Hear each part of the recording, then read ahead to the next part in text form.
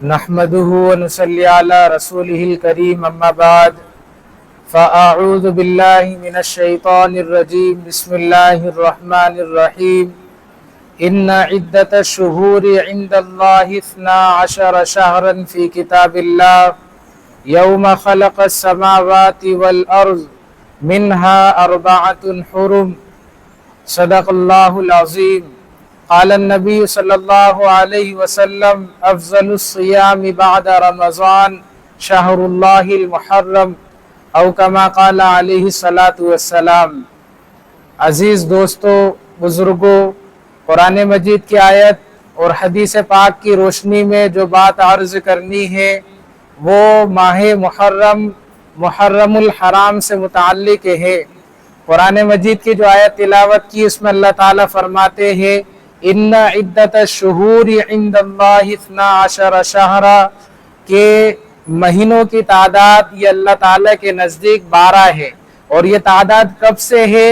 یوم خلق السماوات والارض، جس دن سے زمین و آسمان کو پیدا کیا گیا اس وقت سے اللہ تعالیٰ کے نزدیک مہینوں کی جو تعداد ہے وہ 12 ہے، اور ان میں سے پھر 4 مہینے یہ حرمت والے ہیں۔ اس سلسلے میں اللہ تعالیٰ آگے کہتے ہیں فَلَا تَظْلِمُوا فِيهِنَّ، کہ تم ان مہینوں میں اپنی جانوں پر ظلم مت کرو، یعنی کوئی ایسا کام نہ کرو، گناہ مت کرو، تم ظالم مت بنو گناہ کر کر، اس لیے کہ تم گناہ کر کر اپنے آپ پر ظلم کرو گے، گناہ کرو گے تو سزا ہوگی، اور یہ جو سزا تمہیں ملے گی یہ تمہارے گناہوں کی وجہ سے ملے گی، اس لیے ان مہینوں میں اپنے آپ پر اپنی جانوں پر ظلم مت کرو۔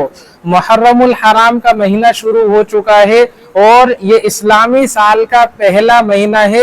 اسلامی سال اس مہینے سے شروع ہو جاتا ہے، تو مہینے کی شروعات ہے، سال کی شروعات ہے، تو شروعات اچھے کاموں سے ہونا چاہیے۔ جیسا انسان یہ کوشش کرتا ہے کہ اس کا دن اچھے سے گزرے تو سارا اس کا دن اچھا گزرے، صبح اس کی اچھی ہو تو سارا دن اچھا گزرتا ہے، اس لیے سال کی شروعات ہے۔ تو اگر سال کی شروعات یہ نیکیوں میں گزرے گی تو پورا سال یہ نیکیوں میں گزرے گا اور پورا سال اچھے سے گزرے گا۔ ہم مسلمان ہیں، اس لیے ہماری ذمہ داری بنتی ہے کہ ہم اسلامی سال کو جانیں اور اسلامی مہینوں کو یاد کریں۔ ہر مسلمان مرد و عورت، بوڑھے بچے کو اسلامی مہینوں کے نام یاد ہونا چاہیے، لیکن کتنے ہی بہت سارے لوگ ہمارے بھائی ایسے ہوں گے جنہیں اسلامی مہینوں کے نام ڈھنگ سے یاد نہیں ہے، حالانکہ اسلامی مہینوں سے ہماری عبادتیں متعلق ہے۔ رمضان میں جو روزے رکھے جاتے ہیں یہ رمضان سے، جو کہ اسلامی مہینہ ہے، اس سے متعلق ہے۔ جو حج کیا جاتا ہے وہ بھی اسلامی مہینے سے متعلق ہے، جو قربانی کی جاتی ہے وہ بھی اسلامی مہینے سے متعلق ہے، اسی طرح جو زکوٰۃ دی جاتی ہے یہ اسلامی سال کے اعتبار سے دی جاتی ہے۔ تو ہماری عبادتیں یہ اسلامی مہینوں سے متعلق ہے، اس لیے ہماری ذمہ داری بنتی ہے کہ ہم اسلامی مہینوں کو یاد کریں۔ اسلامی مہینوں کا لحاظ رکھنا، ان کو یاد رکھنا یہ فرض کفایہ ہے۔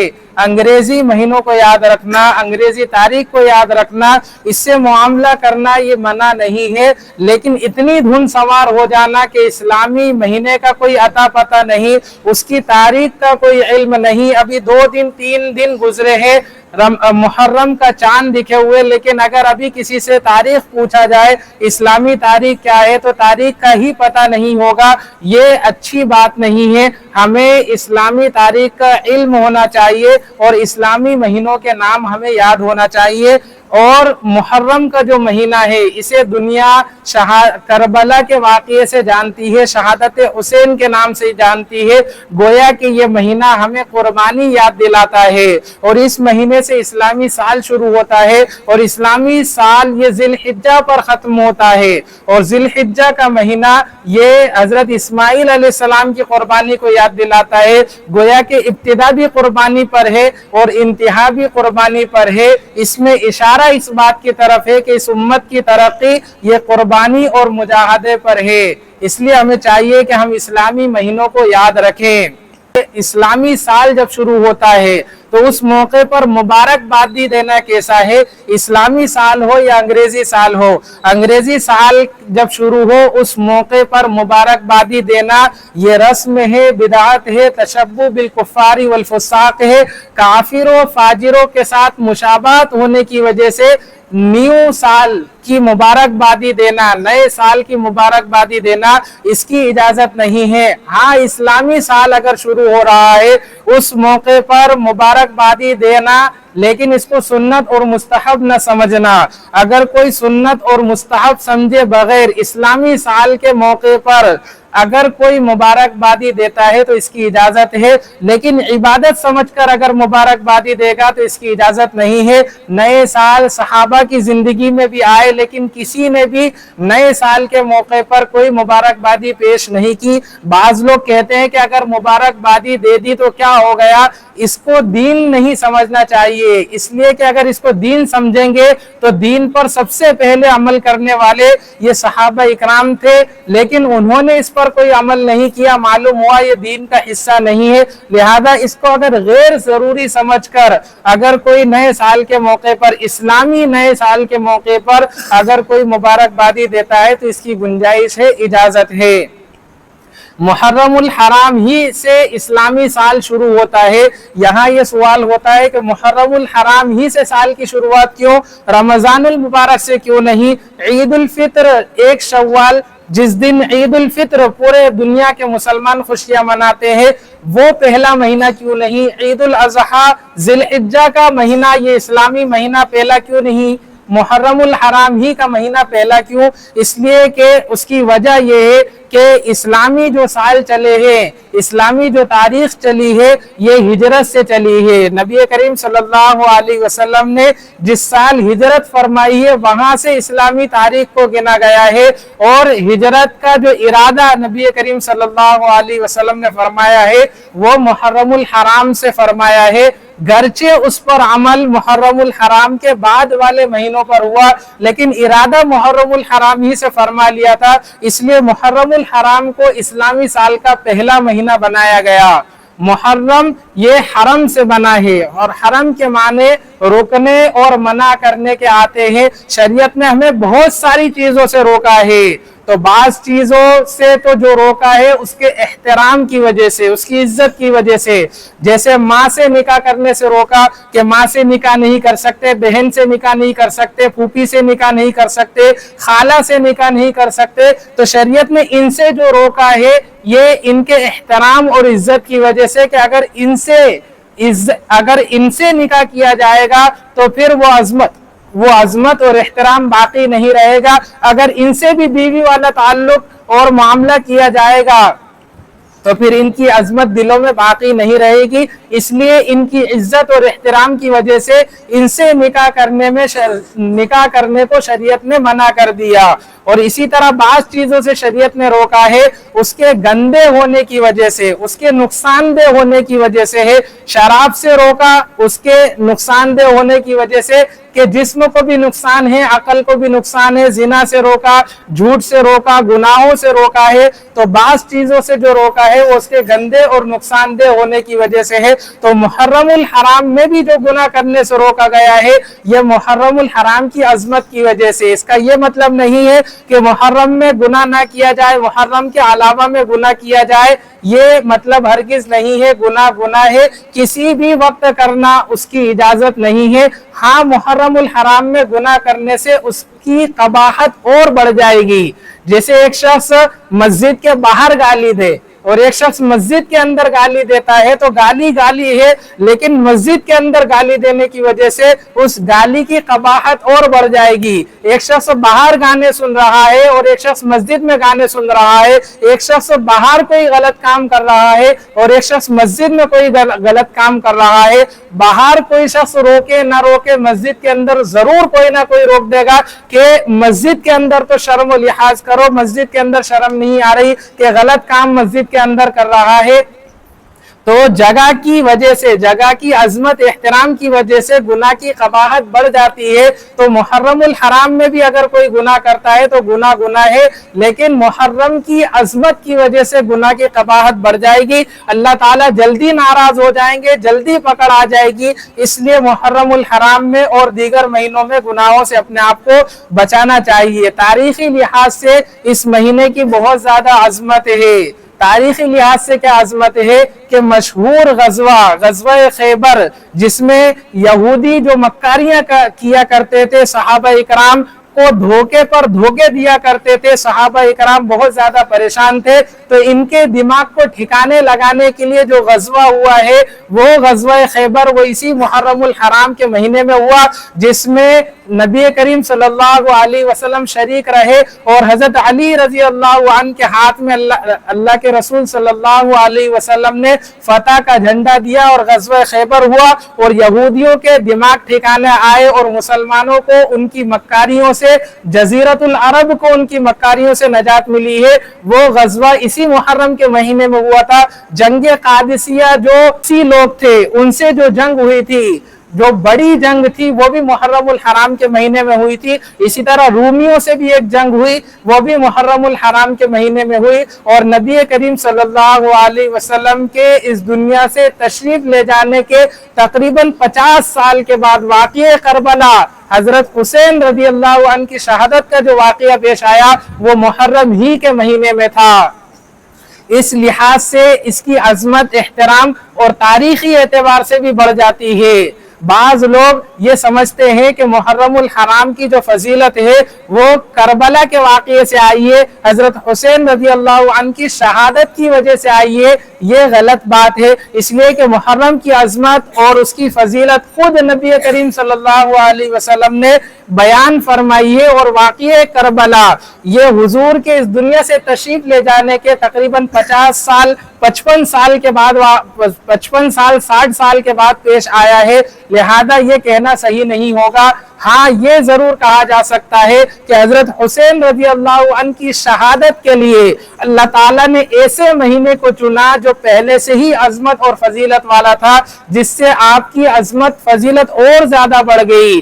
یہ ایسا ہی ہے جیسا کہ کوئی شخص جمعے کے دن انتقال کر جائے یا شہید ہو جائے تو اس سے جمعے کی عظمت فضیلت نہیں بڑھے گی، جمعے کی عظمت تو پہلے ہی سے ہے۔ یہ اس شخص کی خوش نصیبی ہے کہ اللہ تعالیٰ نے ایسے دن اس کو موت دی جو دن پہلے سے فضیلت والا تھا۔ کوئی رمضان المبارک میں شہید ہوگا تو رمضان کی فضیلت اس کی شہادت کی وجہ سے، اس کی موت کی وجہ سے نہیں بڑھے گی، بلکہ رمضان کی فضیلت پہلے سے ہی ہے۔ یہ اس شخص کے لیے فضیلت کی بات ہے کہ اللہ تعالیٰ ایسے دن اور ایسے مہینے کو اس کی وفات کے لیے چن رہے ہیں جو پہلے سے عظمت والا ہے۔ تو یہ سمجھنا کہ محرم میں جو فضیلت آئی ہے وہ شہادت حسین کی وجہ سے آئی ہے، یہ صحیح بات نہیں ہے۔ یہ مہینہ عظمت والا ہے، احترام والا ہے۔ اس مہینے میں کچھ کرنے والے کام ہیں اور کچھ نہ کرنے والے کام ہیں۔ کرنے والے کام کیا ہے کہ چاند دیکھنے کا اہتمام۔ پہلا کام تو یہ ہے جو ہم میں سے اکثر لوگوں نے نہیں کرا ہوگا۔ ہم صرف رمضان المبارک کا چاند دیکھتے ہیں، عید الفطر کا چاند دیکھتے ہیں، عید الاضحیٰ کا چاند دیکھتے ہیں۔ اس کے علاوہ ہم سال کے جتنے مہینے بچ جاتے ہیں اس میں کسی مہینے میں چاند دیکھنے کا اہتمام نہیں کرتے۔ نبی کریم صلی اللہ علیہ وسلم 12 مہینے چاند دیکھنے کا اہتمام کیا کرتے تھے۔ اس سے معلوم ہوا کہ 12 مہینے چاند دیکھنا یہ نبی کریم صلی اللہ علیہ وسلم کی سنت ہے، آپ کا طریقہ ہے، ہمیں اس پر عمل کرنا چاہیے۔ اور ساتھ ہی جو دعائیں نبی کریم صلی اللہ علیہ وسلم نے چاند دکھنے کے موقع پر ارشاد فرمائی ہے، جو منقول ہو کر ہم تک آئی ہے، ان کے پڑھنے کا ہمیں اہتمام کرنا چاہیے۔ اللہم اہلہ علینا بالیمن والایمان والسلامت والاسلام والتوفیق لما تحب وترضى ربی وربک اللہ۔ اسی طرح ایک اور دعا ہے، اللہم ادخلہ علینا بالامن والایمان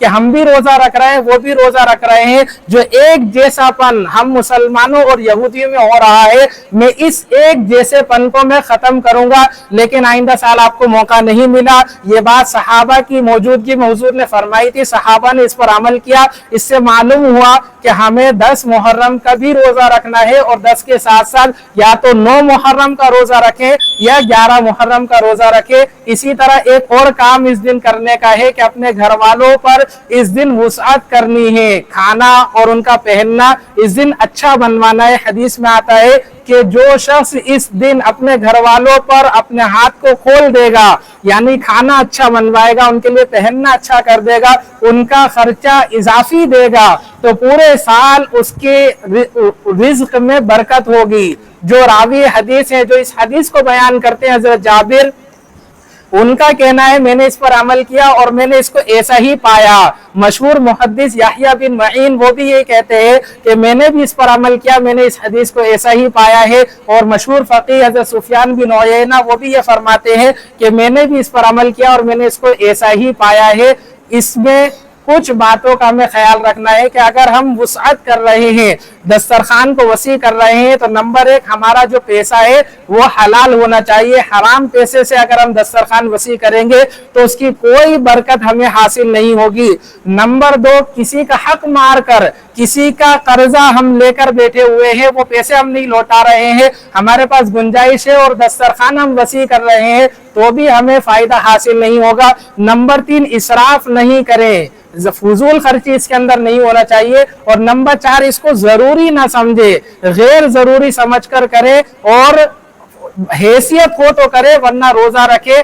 یہ 2 کام کرنے کے ملتے ہیں، ایک عاشورے کا روزہ رکھنا، دوسرا عاشورے کے دن اپنے گھر والوں پر وسعت کرنا۔ اس کے علاوہ بہت ساری چیزیں ایسی ہیں جو نہیں کرنے کی ہے۔ کھچڑا بنایا جاتا ہے اور سبیلیں لگائی جاتی ہے، شربت پلایا جاتا ہے، شریعت میں اس کی کوئی اجازت نہیں ہے۔ تعزیے نکالے جاتے ہیں، تعزیے حرام ہے، اس میں شرکت بھی حرام ہے۔ اگر اس طریقہ کا کوئی کھانا اگر ہمارے گھر آتا ہے یا ہمیں دعوت دی جاتی ہے تو حکم یہ ہے کہ ہم ایسے کھانوں میں شرکت نہیں کریں۔ اگر ہم جائیں گے تو سامنے والے کو لگے گا جو میں یہ کر رہا ہوں وہ صحیح ہے، جبھی تو سامنے والا میرے بلانے پر آیا ہے، ہم نہیں جائیں۔ اور اگر ان کے یہاں سے ہمارے یہاں اس طرح کا کوئی کھانا آ جاتا ہے تو حکم یہ ہے کہ اس کھانے کو واپس کر دیں اور مسئلہ بتا دیں کہ یہ بدعت کا کھانا ہے، اس کی اجازت نہیں ہے۔ لیکن بعض موقع ایسے ہوتے ہیں کہ ہم منع نہیں کر سکتے، تو اس موقع پر ہم وہ کھانے کو پینے کی چیز کو لے لیں، لیکن مسئلہ پھر بھی بتا دیں اور پھر اس کھانے کو کھائے نہیں اور کسی غریب کو دے دے، تاکہ جو بدعت کی نفرت ہمارے دل میں ہے وہ باقی رہے۔ تو یہ کچھ چیزیں نہ کرنے کی ہے۔ کرنے کا کام ایک یہ بھی ہے کہ ہم شہادت حسین کو یاد کرتے ہیں، اس کا جو طریقہ ہوتا ہے وہ غلط ہوتا ہے۔ ایسے موقع پر ہمیں ان کے لیے ایصال ثواب کرنا چاہیے۔ ہم صرف واقعات سن لیتے ہیں اور واقعات میں جو من گھڑت باتیں چلائی جاتی ہیں وہ سن لیتے ہیں۔ ہمارا کرنے کا کام یہ ہے کہ ہم اس موقع پر ان کو یاد کریں، ان کی تاریخ کو یاد کرنے کے ساتھ ساتھ ان کے لیے ایصال ثواب کریں۔ شیخ الحدیث حضرت مولانا زکریا صاحب رحمۃ اللہ علیہ، ان کا واقعہ ملتا ہے کہ انہوں نے 10 محرم کے دن اپنے مریدوں کو، وہ مکہ مکرمہ میں تھے، وہاں اپنے مریدوں کو جمع کیا اور جمع کر کے ان سے پوچھا کہ تم نے حضرت حسین کے واقعے کو یاد کر کے ان کے لیے کتنا ایصال ثواب کیا؟ تو سب کی منڈیاں نیچے ہو گئی۔ تو آپ نے فرمایا کہ میں 1 محرم سے لے کر 10 محرم تک ہر دن 1 مکمل قرآن مجید پڑھ کر ان کے لیے ایصال ثواب کر رہا ہوں۔ نبی کریم صلی اللہ علیہ وسلم کے کتنے احسانات ہم پر ہیں اور حضور کو کتنی تکلیف ہوئی ہوگی اپنے نواسے کے اس واقعے پر، تو ہماری یہ ذمہ داری بنتی ہے کہ ہم کچھ نہ کچھ پڑھ کر ان کے لیے ایصال ثواب کر دیں۔ یہ کرنے والے کام ہے۔ اللہ تعالی ہم تمام کو کہنے سننے سے زیادہ عمل کی توفیق عطا فرمائے۔ وآخر دعوانا الحمدللہ رب العالمین۔